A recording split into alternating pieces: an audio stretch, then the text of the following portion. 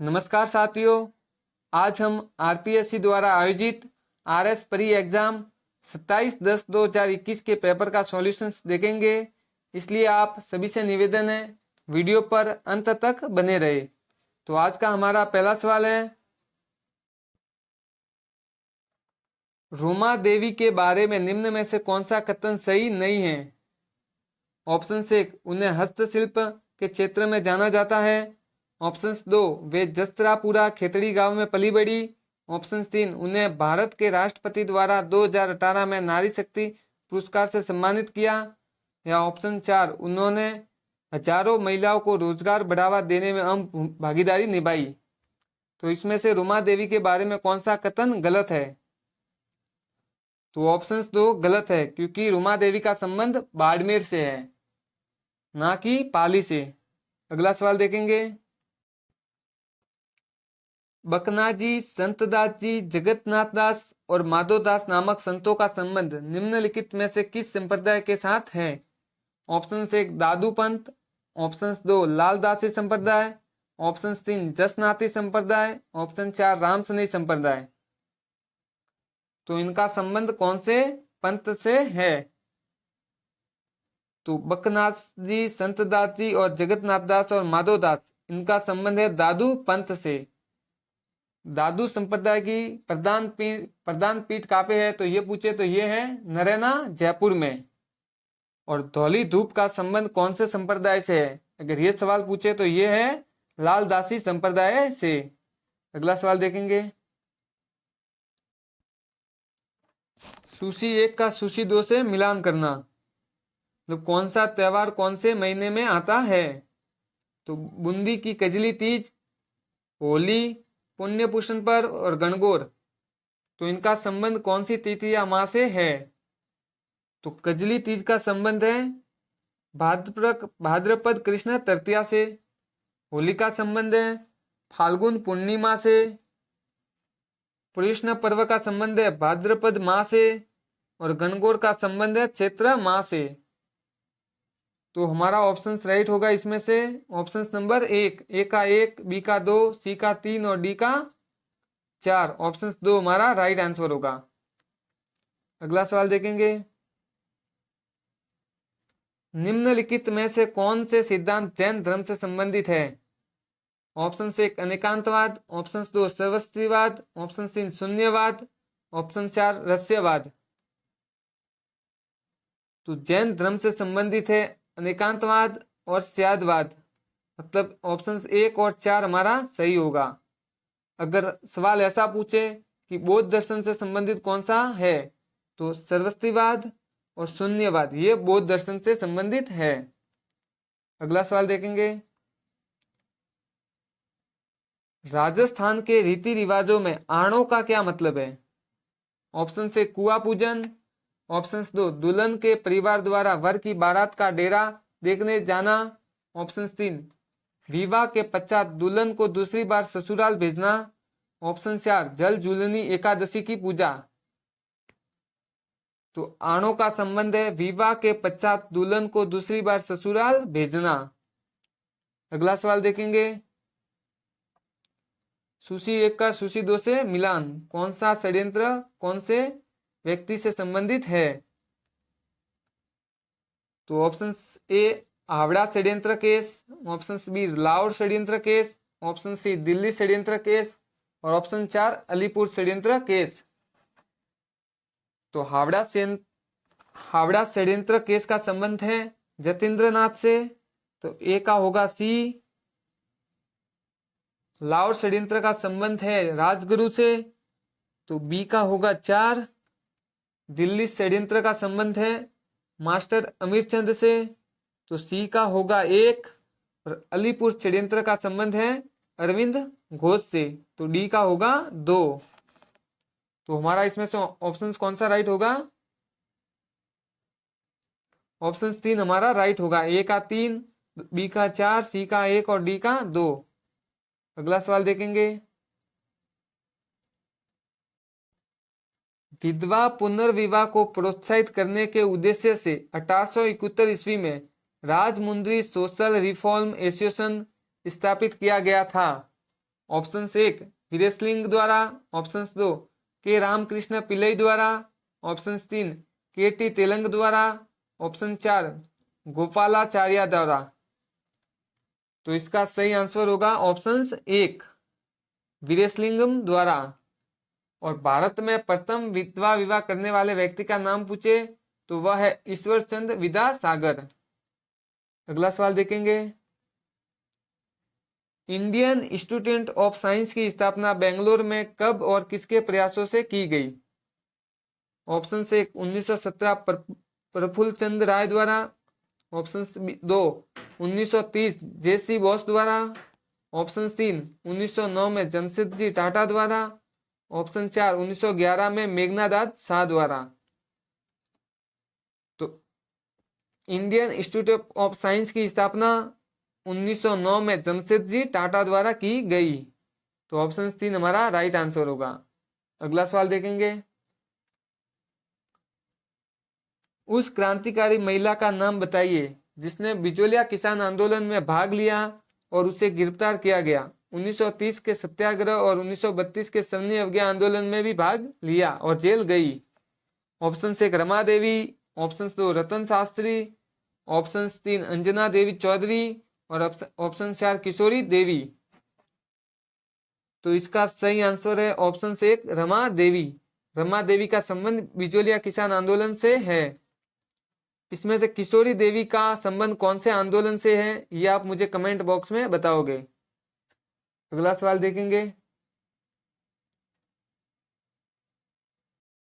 तीर्थंकर का उनके संज्ञान से मिलान करना।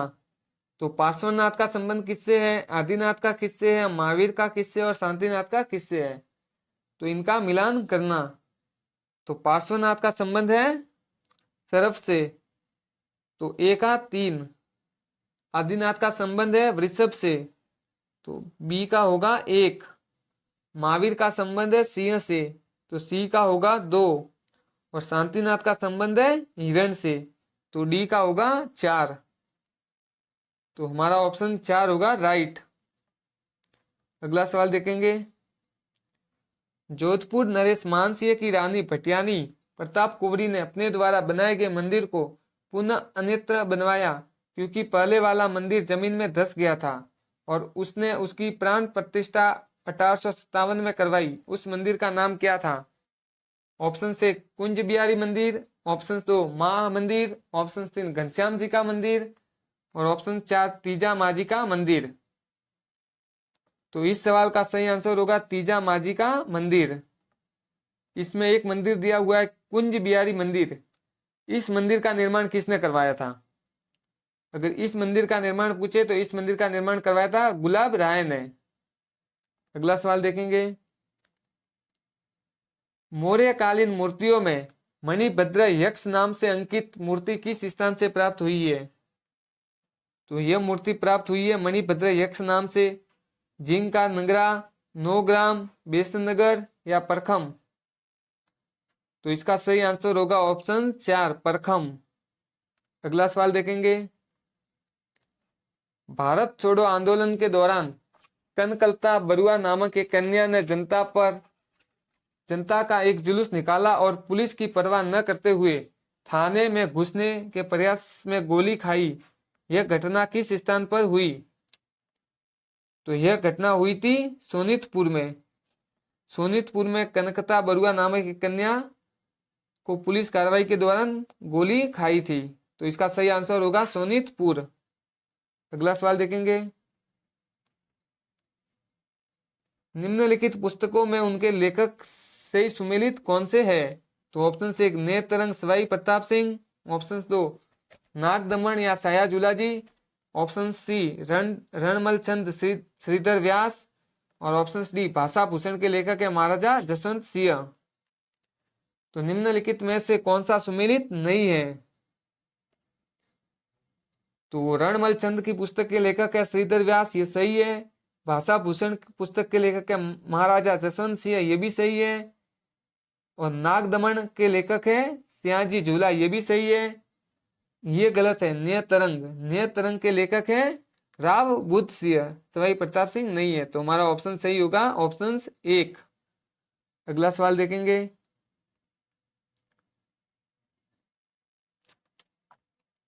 सूची 1 का सूची 2 से मिलान करना।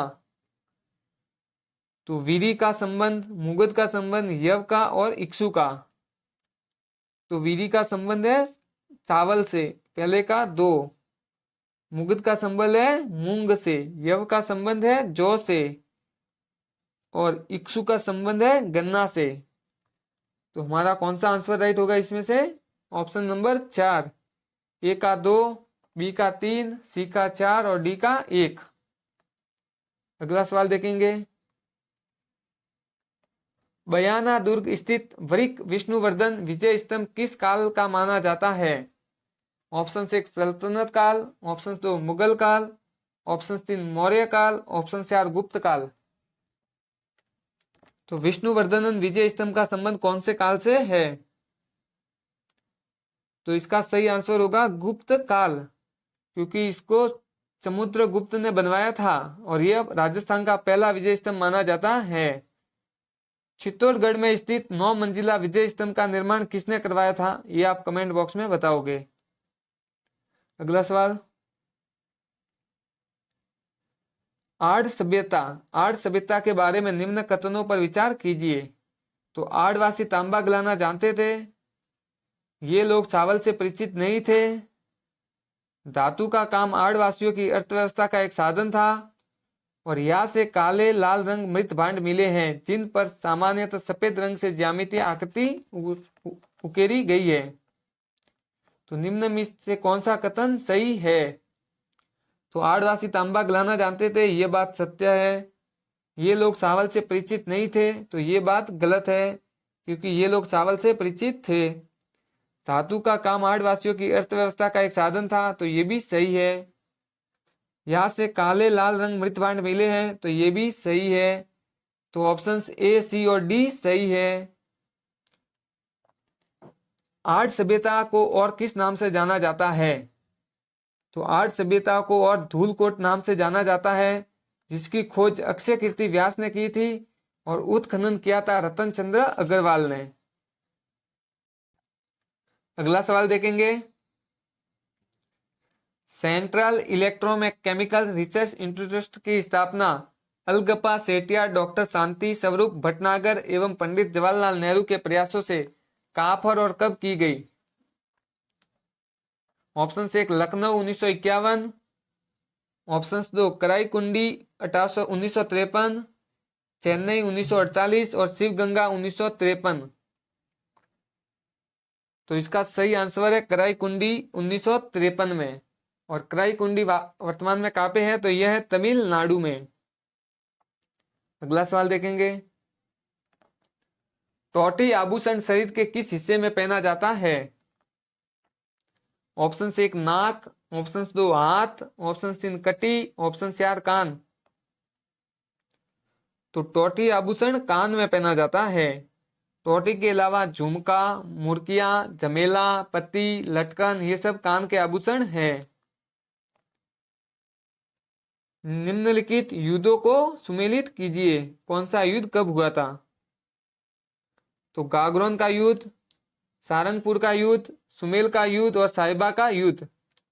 तो गागरोन का युद्ध हुआ था 1519 में, और यह हुआ था मोहम्मद खिलजी द्वितीय और राणा सांगा के बीच में। सारंगपुर का युद्ध हुआ था 1437 में, और यह हुआ था मोहम्मद खिलजी और राणा कुंभा के बीच में। सुमेल का युद्ध, तो सुमेल का युद्ध हुआ था 1544 में, और यह हुआ था मालदेव और शेरशाह सूरी के मध्य, जिसमें मालदेव की ओर से जैता कोपा लड़े थे और शेरशाह सूरी ने कहा था कि मैं एक मुट्ठी पर बाजरे के लिए हिंदुस्तान की बादशाहत खो देता। और साहिबा का युद्ध हुआ था 1541-42 में, और यह हुआ था मालदेव और जैतसी के बीच में। तो हमारा आंसर 2 राइट होगा। 2 का 1, बी का 3, सी का 2 और डी का 4। अगला सवाल देखेंगे। राजस्थान में वैदिक यंत्रालय छापाखाना का स्थापित किया गया? Option 1 Jodhpur, option 2 Udaipur, option 3 Ajmer, option 4 Jaipur. तो राजस्थान में वैदिक यंत्रालय छापाखाना अजमेर में स्थापित किया गया। और किसके द्वारा किया गया था? तो ये किया गया था दयानंद सरस्वती ने। अगला सवाल देखेंगे, लोकवाद्य यंत्र का प्रख्यात कलाकार से संबंध। तो ऑप्शन से एक, भपंग का संबंध किससे है? नर्ड, अलकोचा और खड़ताल। तो भपंग का संबंध है जऊर खां से। भपंग का संबंध है जऊर खां से। और जऊर खां कहाँ से है? तो यह है अलवर से। नर्ड का संबंध है कन्ना भील से। और कन्ना भील कहाँ से है? जैसलमेर से। अलगोजा का संबंध है रामनाथ चौधरी से। और खड़ताल का संबंध है सदीक खां से। और सदीक खां कहाँ के है? तो सदीक खां है बाड़मेर से। तो हमारा कौन सा आंसर सही होगा इसमें से? ऑप्शन एक। ए का 2, बी का 3, सी का 4 और डी का 1। अगला सवाल देखेंगे, निम्न कथनों पर विचार कीजिए और दिए गए कथनों कूटों का प्रयोग करते हुए कौन सा सही है। तो कथन 1, विजयनगर के शासक कृष्णदेव राय ने अमुक्तमाल्य ग्रंथ की रचना की थी।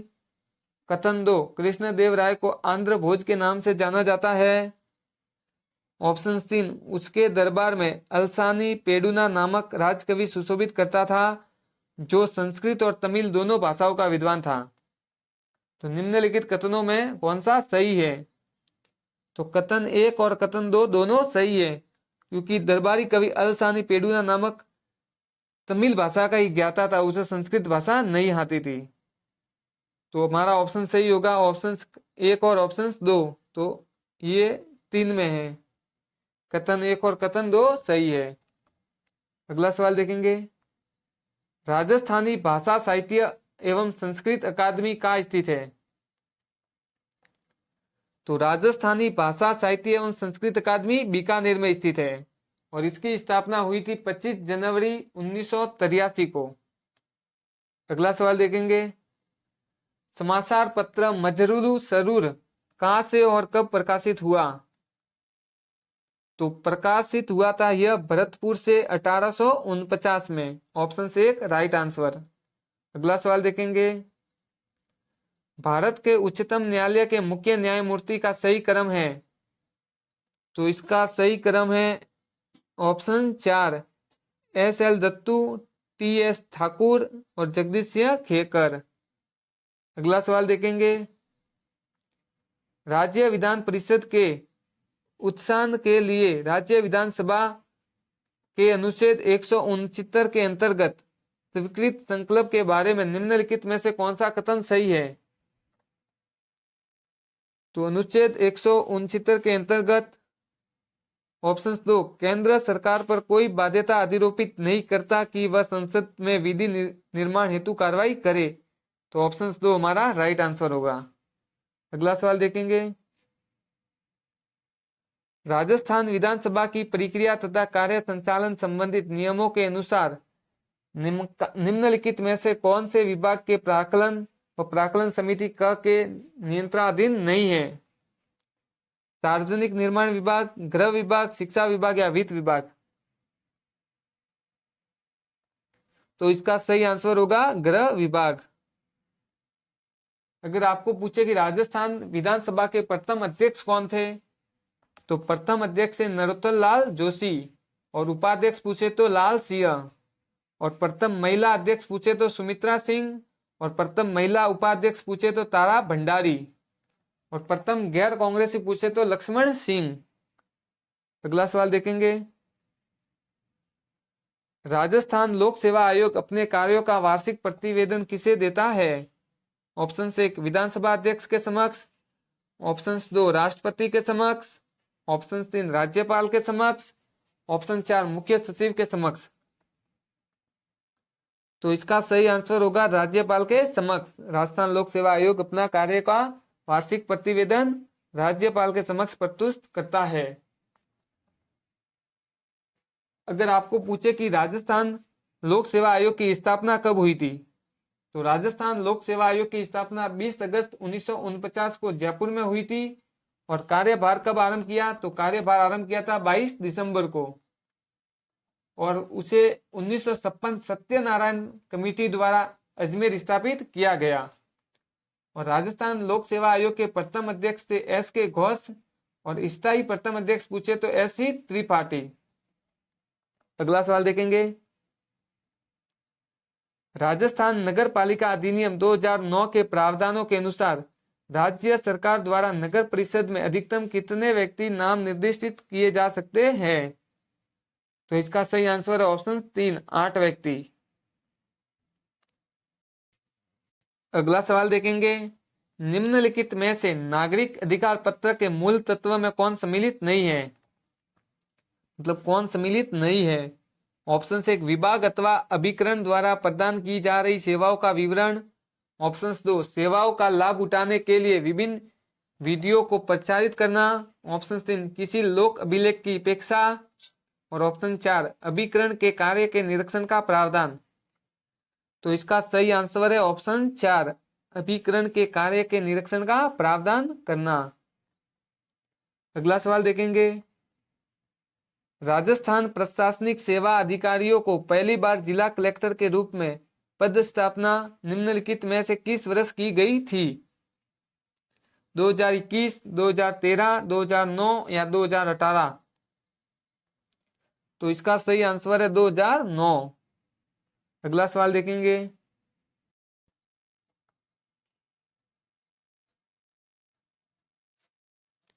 राजस्थान के निम्नलिखित मुख्यमंत्री में से कौन लोकसभा के सदस्य नहीं रहे? तो कौन कौन नहीं रहे थे? Option A, Haridev Joshi. Option B, Bhairon Singh Shekhawat. Option C, Tikaram Paliwal. और ऑप्शन 4, बरकतुल्ला खान। तो टीकाराम पालीवाल सदस्य ऐसे थे जो लोकसभा के सदस्य रहे थे। तो हमारा आंसर सही होगा केवल ए, बी और डी। अगला सवाल देखेंगे, निम्नलिखित में से कौन राजस्थान राज्य मानवाधिकार आयोग के अध्यक्ष पद पर नियुक्त हेतु अधिकृत है? ऑप्शन 1, मुख्य सचिव स्तर का अधिकारी। ऑप्शन 2, उच्च न्यायालय का मुख्य न्यायाधीश। ऑप्शन 3, प्रमुख समाज सेवी व्यक्ति। और ऑप्शन 4, पुलिस महानिदेशक स्तर का अधिकारी। तो राजस्थान राज्य मानवाधिकार आयोग का अध्यक्ष कौन रह सकता है इसमें से? तो यह रह सकता है उच्चतम न्यायालय का मुख्य न्यायाधीश। तो ऑप्शन 2 हमारा राइट आंसर होगा। अगर आपको पूछे कि राजस्थान राज्य मानवाधिकार आयोग का गठन कब हुआ था, तो गठन हुआ था 20 मार्च 2000 को, और यह हुआ था जयपुर में। और इसके प्रथम अध्यक्ष पूछे तो प्रथम अध्यक्ष थे कांता भटनागर। अगला सवाल देखेंगे, राजस्थान पंचायती राज अधिनियम 1994 की किस धारा को संशोधित कर ग्राम सेवक के स्थान पर ग्राम विकास अधिकारी अभिविक्त को प्रतिस्थापित किया गया? तो इसका सही आंसर है धारा 89 में। अगला सवाल देखेंगे, नियंत्रक एवं महालेखा परीक्षक का कर्तव्य है न केवल व्यय की वैधता सुनिश्चित करना है अपितु औचित्य भी है। कारण आर, उसे वित्तीय प्रशासन के क्षेत्र में संविधान और संसद के कानून को बनाए रखना है। तो निम्न में से कौन सा सही है? तो इसका सही आंसर होगा ऑप्शन 2, ए और आर दोनों सही है, और आर एक ही सही व्याख्या करता है। अगला सवाल देखेंगे, अगला सवाल देखेंगे 37। तो इस सवाल को आरपीएससी ने डिलीट किया था। अगला सवाल देखेंगे 38, इस सवाल को भी आरपीएससी ने डिलीट किया था। अगला सवाल देखेंगे, हाँ, भारत के संविधान के अनुच्छेद 103 के तहत राष्ट्रपति लोकसभा सदस्यों की निरताओं से संबंधित किसी भी प्रश्न पर कोई निर्णय देने से पूर्व निम्नांकित में से किसकी राय लेगा? ऑप्शन 1, लोकसभा अध्यक्ष की। ऑप्शन 2, निर्वाचन आयोग की। ऑप्शन 3, उच्चतम न्यायालय की। या ऑप्शन 4, महान्यायवादी की।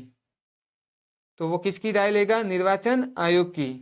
तो ऑप्शन 2 हमारा राइट आंसर होगा। अगला सवाल देखेंगे, राष्ट्रीय न्यायिक नियुक्ति आयोग से संबंधित कौन से संविधान संशोधन अधिनियम को उच्चतम न्यायालय की संविधान पीठ ने असंवैधानिक घोषित कर दिया? तो 98वां संविधान संशोधन द्वारा, 97वां संविधान संशोधन द्वारा, 99वां संविधान संशोधन द्वारा, 100वां संविधान संशोधन द्वारा। तो राष्ट्रीय न्यायिक नियुक्ति आयोग से संबंधित 99वें संविधान संशोधन द्वारा इसे असंवैधानिक घोषित किया गया। अगला सवाल देखेंगे। मुख्यमंत्री चिरंजीवी स्वास्थ्य बीमा योजना की कौन सी विशेषता गलत है? तो योजना के अंतर्गत विभिन्न बीमारियों के 1577 प्रकार के पैकेज एवं प्रोसीजर्स उपलब्ध है। मरीज जिस बीमारी के लिए अस्पताल में भर्ती होता है उसके 5 दिन पहले एवं डिस्चार्ज से 10 दिन बाद तक अस्पताल की जांचों, दवाइयों एवं परामर्श शुल्क का व्यय पैकेज की राशि में सम्मिलित है। इसकी शुरुआत 1 मई 2021 को की गई और इस योजना के अंतर्गत गंभीर बीमारियों हेतु 4.5 लाख की राशि बीमा कवर प्रतिवर्ष परिवार देय है। तो इसका गलत है हमारा ऑप्शन 2। और वर्तमान में इस योजना के अंतर्गत 25 लाख रुपए का बीमा कवर किया जाता है। अगला सवाल देखेंगे। राज्य निर्वाचन आयोग राजस्थान से संबंधित निम्न कथनों पर विचार कीजिए। तो राज्य निर्वाचन आयोग का गठन दिसंबर 1994 में हुआ। इसका एक सचिव होता है जो राज्य का मुख्य निर्वाचन अधिकारी होता है। तो इसमें से कौन सा कथन सही है? तो राज्य निर्वाचन आयोग के बारे में कथन 2 सही है। इसका एक सचिव होता है और राज्य मुख्य निर्वाचन अधिकारी भी होता है। अगला सवाल देखेंगे। यह सवाल भी डिलीट किया गया था।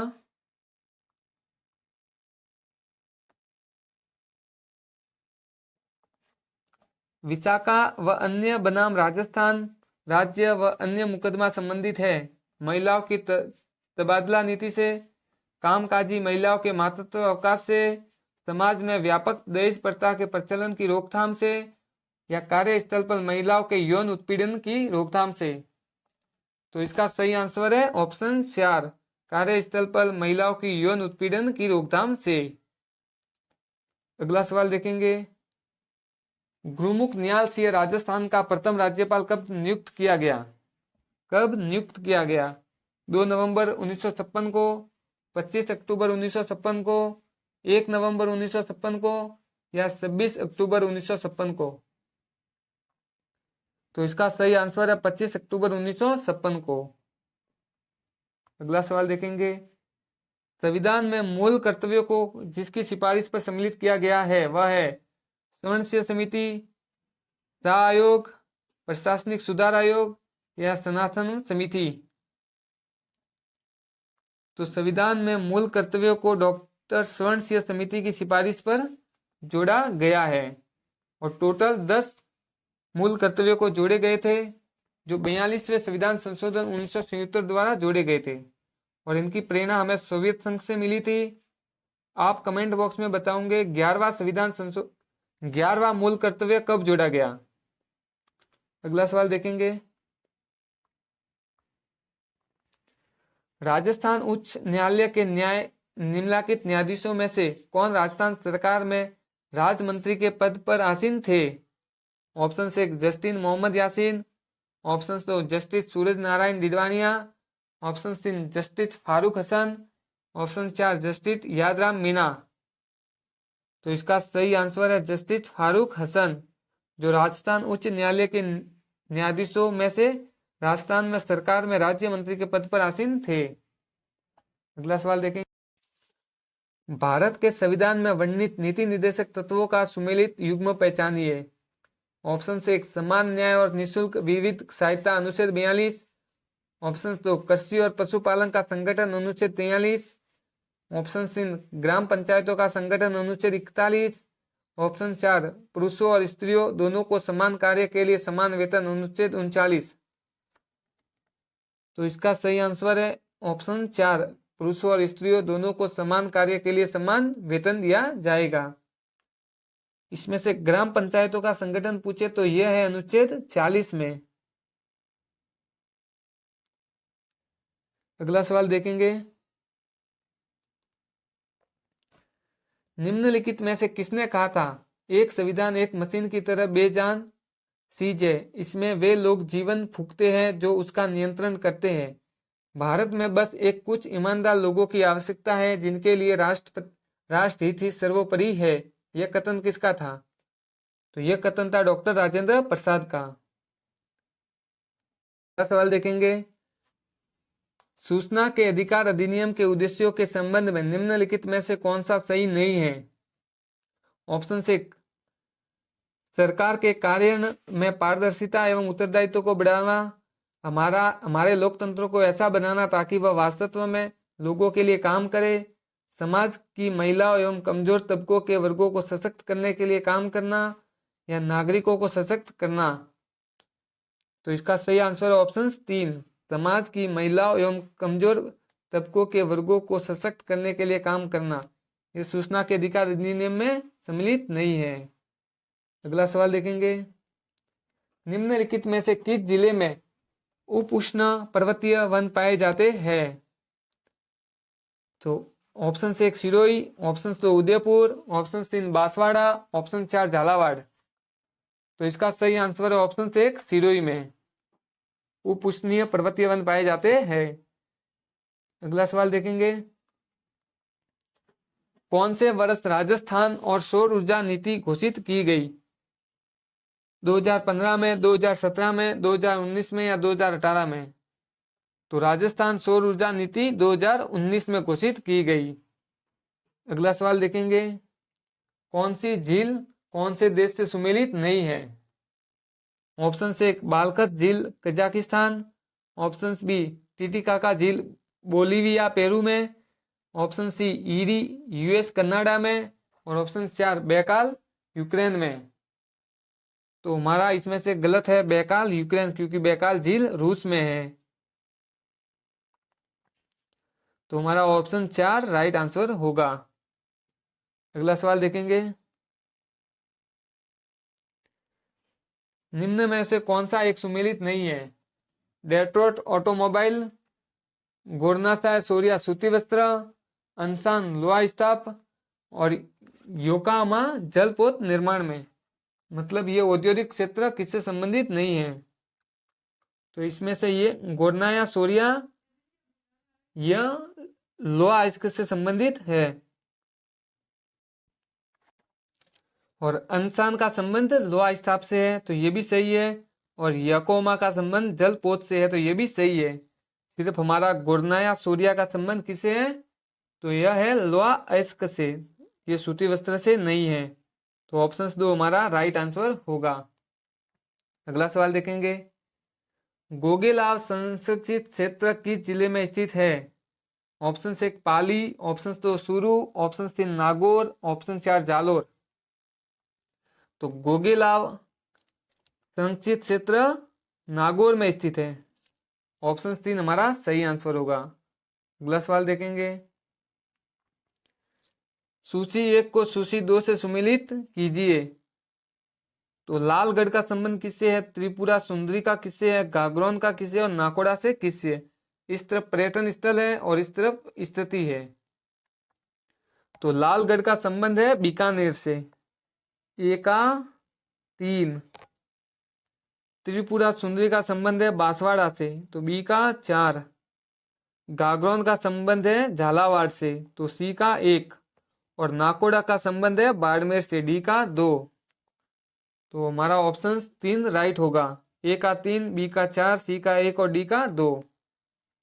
अगला सवाल देखेंगे, निम्नलिखित विशेषता किस नदी की है? इसका उद्गम कुंभलगढ़ किले के निकट अरावली पहाड़ियों से होता है। यह नदी मेवाड़ के मैदान के मध्य से गुजरती है। बेड़स, कोटारी व मोरेल इसकी सहायक नदियां हैं। तो ये विशेषता किस नदी की है?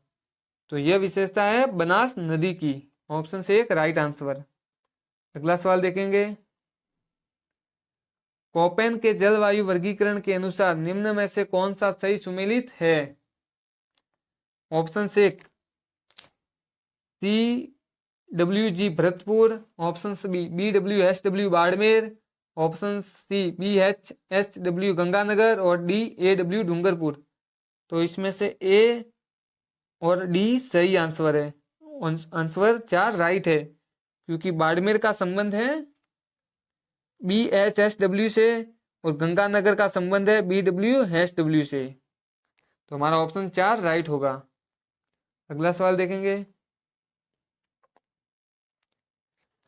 निम्न में से थार के मरुस्थल के भाग है।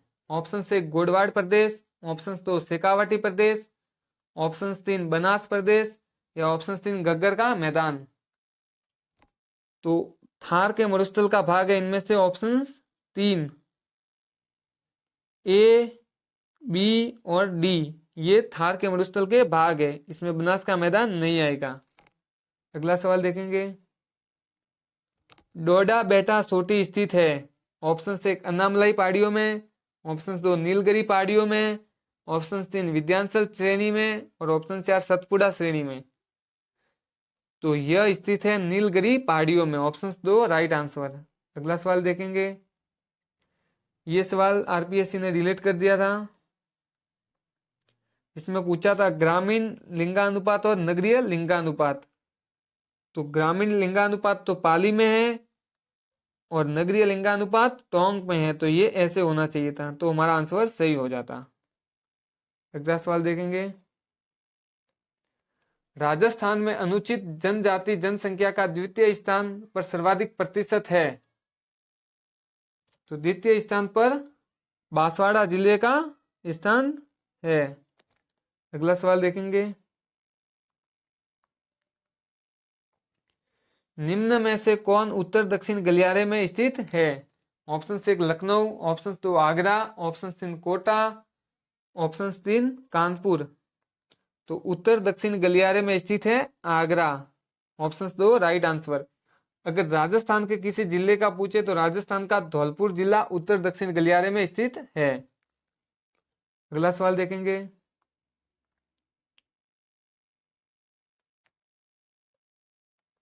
सूची 1 जिला व सूची 2 प्रमुख उद्योगों का मिलान कीजिए।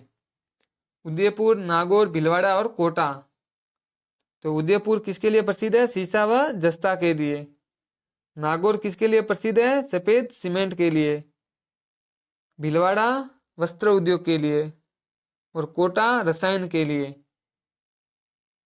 ये नागौर में सफेद सीमेंट की प्रथम फैक्ट्री घोटन में लगी थी 1984 में। तो इसमें हमारा सही आंसर होगा ऑप्शन 4। ए में 4, बी में 1, सी में 3 और डी में 2। अगला सवाल देखेंगे। कौन सी नदी की कौन सी सहायक नदी है? गोदावरी, दामोदर, महानदी और कावेरी। उधर है भवानी, पैनगंगा, शिवनाथ और बराकर।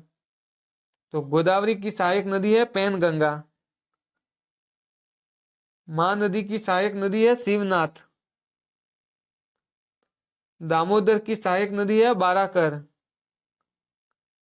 और कावेरी की सहायक नदी है भवानी। तो हमारा ऑप्शन 2 राइट होगा।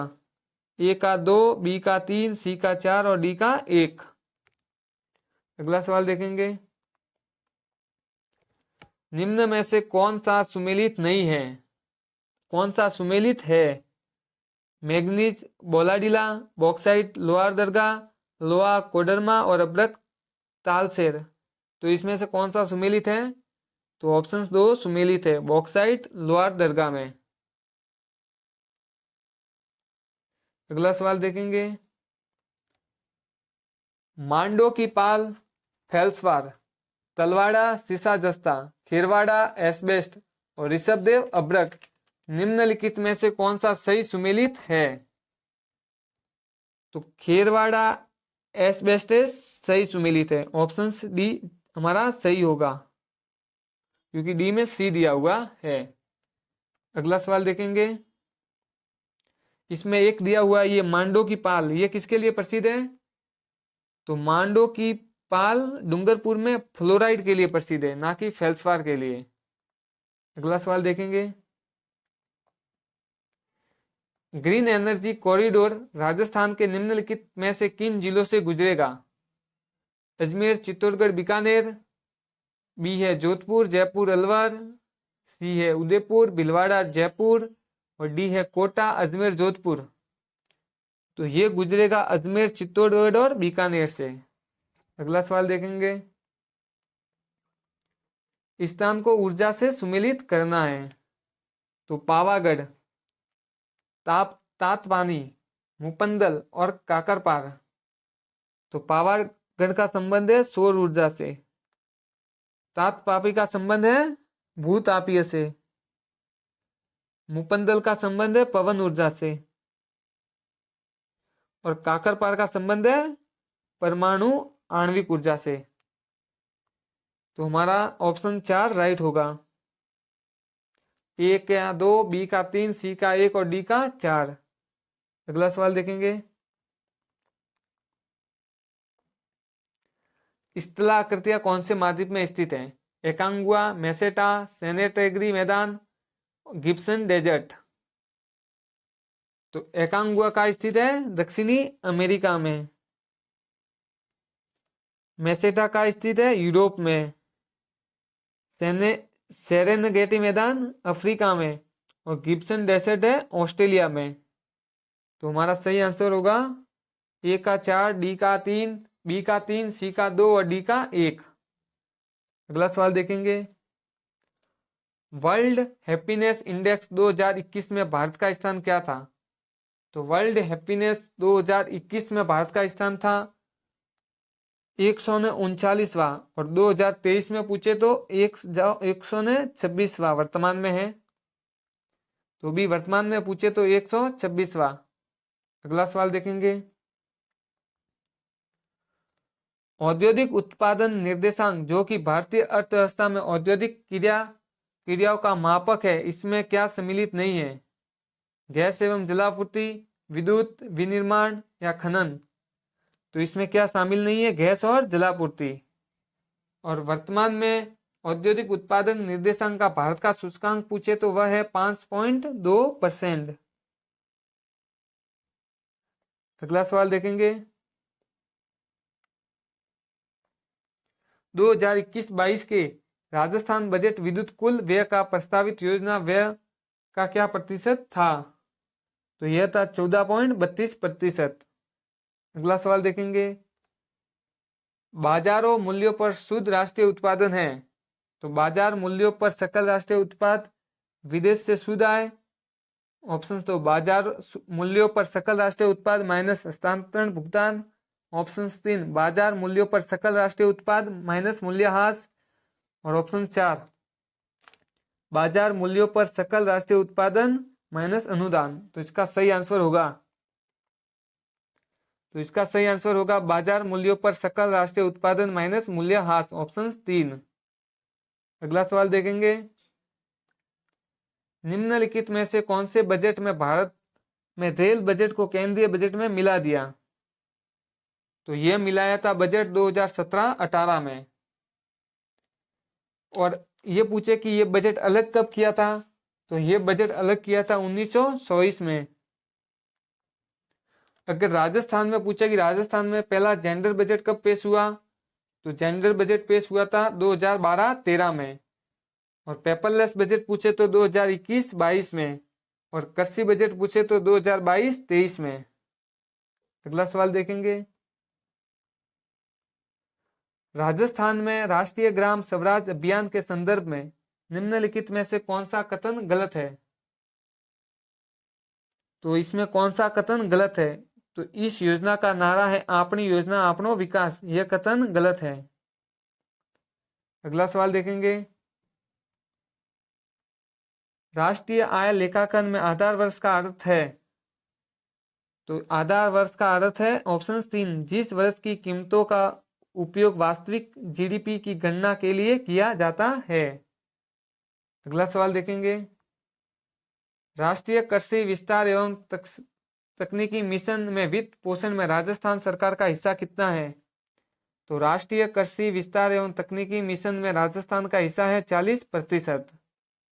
Option 2 right answer. अगला सवाल देखेंगे, व्यापार सुगमता रिपोर्ट 2020 के अनुसार ईज ऑफ डूइंग्स बिजनेस सूचकांक 2019 में भारत का कौन सा स्थान रहा? तो यह रहा 63वां स्थान। वर्तमान में पूछे तो यह स्थान है 38वां, 38वां स्थान। अगला सवाल देखेंगे, राजस्थान में सतत विकास के लक्ष्यों को प्रभावी क्रियान्वयन हेतु निम्न में से किस विभाग को नोडल विभाग घोषित किया? तो यह किया है आयोजना विभाग को। अगला सवाल देखेंगे, लघु सीमांत किसानों को पेंशन के उद्देश्य से प्रधानमंत्री किसान मानधन योजना कब प्रारंभ हुई? तो प्रधानमंत्री किसान मानधन योजना 12 सितंबर 2019 को प्रारंभ हुई। अगला सवाल देखेंगे, राजस्थान बजट 2021-22 के अनुसार फिनटेक डिजिटल विश्वविद्यालय की स्थापना किस जिले में हुई? तो यह हुई थी जोधपुर में। अगर आपने अभी तक राजस्थान बजट 2023-24 का वीडियो नहीं देखा है तो वीडियो जाकर देख लो, उसमें मैंने पूरा राजस्थान बजट का MCQ कवर किया है। अगला सवाल देखेंगे, 1 अप्रैल 2020 को भारत सरकार द्वारा शुरू की गई अटल भूजल स्कीम में सहायता उपलब्ध करवाने वाली बैंक थी? तो यह बैंक थी विश्व बैंक। अगला सवाल देखेंगे, निम्नलिखित में से कौन सा जिला राजस्थान में मरुत त्रिकोण का भाग नहीं है? तो बाड़मेर मरुत त्रिकोण का भाग नहीं है। जोधपुर, बीकानेर और जैसलमेर ये तीनों मरुत त्रिकोण का भाग है। अगला सवाल देखेंगे, 2011 की जनगणना के अनुसार भारत एवं राजस्थान में कार्य सहभागिता दर कितनी रही? तो यह रही थी 39.8% से एवं 43.6%। ऑप्शन 2 हमारा राइट आंसर है। अगला सवाल देखेंगे, निम्नलिखित में से कौन आयुष्मान भारत प्रधानमंत्री जन आरोग्य योजना के क्रियान्वयन हेतु उत्तरदायी है? राष्ट्रीय स्वास्थ्य प्राधिकरण, विश्व स्वास्थ्य संगठन, नीति आयोग या भारतीय बीमा विनायक और विकास प्राधिकरण? तो इसका सही आंसर है ऑप्शन 1 राष्ट्रीय स्वास्थ्य प्राधिकरण। अगला सवाल देखेंगे, महिलाओं की सशक्तिकरण हेतु इंदिरा महिला सशक्ति नीति की शुरुआत कब हुई? तो इसकी शुरुआत हुई थी 18 दिसंबर 2019 को। अगला सवाल देखेंगे, अग्रमित अनुमानों के अनुसार 2020-21 में स्थिर कीमतों में राजस्थान की प्रति व्यक्ति आय कितनी थी? तो ये तो 2020-21 की है जो थी 72,297। अगर वर्तमान में पूछे तो यह है 83,134। यह वर्तमान 2023 की है प्रति व्यक्ति आय। और भारत की पूछे तो भारत की है 96,522। यानी 2021-22 से राजस्थान में प्रति व्यक्ति आय में 6.94 की वृद्धि हुई है। अगला सवाल देखेंगे, आयुष्मान भारत महात्मा गांधी राष्ट्रीय स्वास्थ्य बीमा योजना के अंतर्गत नाजुक बीमारी स्वास्थ्य बीमा के स्थिति में प्रति परिवार प्रति वर्ष दी जाने वाली राशि है? तो यह है 4.5 लाख। अगला सवाल देखेंगे, राजस्थान की परवन बहुउद्देशीय सिंचाई परियोजना निम्न जिलों में सिंचाई सुविधा प्रदान करेगी? तो परवन बहुउद्देशीय सिंचाई परियोजना का संबंध किन जिलों से है? तो इसका सही आंसर होगा ऑप्शन 1 झालावाड़, बारां, कोटा जिले से। अगला सवाल देखेंगे, 19.9 के चित्र अभिमुखता अनुपात के साथ प्रदर्शन विभेदन 1080p का अर्थ है? तो इसका है 1920.1080 पिक्सेल्स। अगला सवाल देखेंगे, राजस्थान का राज्य पुष्प है? तो राजस्थान का राज्य पुष्प रोइडा है। अगला सवाल देखेंगे, MOEMS का पूर्णत रूप है? तो MOEMS का पूर्णत रूप है micro opto electro mechanical system. Option 2 right answer. अगला सवाल देखेंगे, दुर्दम मलेरिया होता है? प्लाज्मोडियम विवेक से, प्लाज्मोडियम ओवेल से, प्लाज्मोडियम मलेरिया से या प्लाज्मोडियम फेलिसेपिफेरस से? तो इसका सही आंसर है ऑप्शन 4 प्लाज्मोडियम फैलिस्पिपेरम से। अगला सवाल देखेंगे, जापानी इंसेफ्लाइटिस का कारक विषाणु मनुष्य शरीर के किस हिस्से को संक्रमित करता है? तो यह करता है मस्तिष्क को। Option 3 right answer. अगला सवाल देखेंगे, संपीड़ित प्राकृतिक गैस सीएनजी का मुख्यतः घटक है, तो यह है मीथेन। कौन सा है? मीथेन। Option 3 right answer. अगला सवाल देखेंगे, कड़कनाथ एक किस्म है, तो कड़कनाथ मुर्गे की किस्म है। अगला सवाल देखेंगे, पिछली सदी में वैश्विक औसत तापमान में कितनी वृद्धि हुई? तो यह वृद्धि हुई थी 1.8 फ़ारेनहाइट। अगला सवाल देखेंगे, विद्यालय और प्रौद्योगिकी विभाग के अधीन कार्य राज्य रिमोट सेंसिट एप्लीकेशन सेंटर स्थित है, तो यह स्थित है जोधपुर में। अगला सवाल देखेंगे,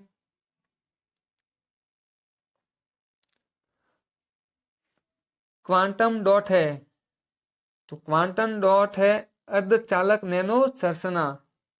अगला सवाल देखेंगे, स्टेथोस्कोप में रोगी की दिल की धड़कन की ध्वनि डॉक्टर के कानों तक पहुंचती है, तो ये किस कारण पहुंचती है? ध्वनि के बहुपरावर्तन द्वारा। Option 2 right answer.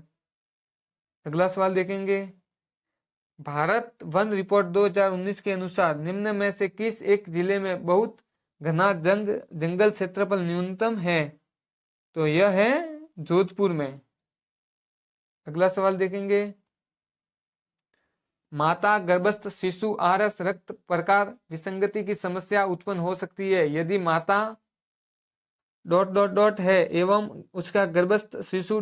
है, तो इसका सही आंसर होगा, तो इसका सही आंसर होगा RH हीन और RH सहित। Option 2 right answer. अगला सवाल देखेंगे, ट्राइसोमी 21 को निम्न में से किस नाम से जाना जाता है? तो ट्राइसोमी 21 को डाउन सिंड्रोम के नाम से जाना जाता है। अगला सवाल देखेंगे, ये डिलीट किया था सूर्य वेधशाला उदयपुर वाला। अगला सवाल देखेंगे, रक्षा अनुसंधान एवं विकास संगठन एवं का आदर्श वाक्य क्या है? रक्षा अनुसंधान एवं विकास संगठन का आदर्श वाक्य क्या है? तो इसका आदर्श वाक्य है बलस्य मूल विज्ञानम। बलस्य मूल विज्ञानम। अगला सवाल देखेंगे, निम्नलिखित में से कौन सा एक जूनोटिक रोग नहीं है? तो इसका सही आंसर होगा ऑप्शन 1 म्यूकोरमाइकोसिस, यह जूनोटिक रोग नहीं है। अगला सवाल देखेंगे, निम्नलिखित में से कौन से विटामिन वसा में घुलनशील है? तो घुलनशील विटामिन है A और D। अगला सवाल देखेंगे, तो आज के ये हमारे 108 सवाल थे। ऐसे ही अगर वीडियो अच्छा लगा हो तो चैनल को सब्सक्राइब कर लेवे। आने वाले हम RPSC द्वारा आयोजित सभी पेपरों को एक एक करके लेके आने वाले हैं, इसलिए सभी चैनल को सब्सक्राइब कर लेवे और अपने दोस्तों के साथ शेयर कर लेवे। धन्यवाद।